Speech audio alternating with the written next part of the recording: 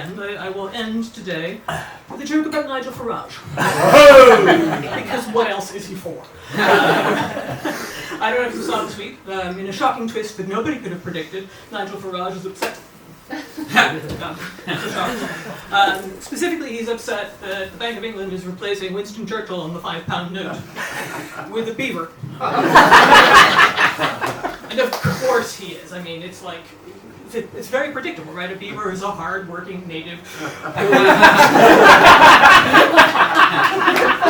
who promotes diversity and fixes collapsing infrastructure. Of course he hates them. But also, a beaver is close to female empowerment. And Farage cannot accept any other cunt.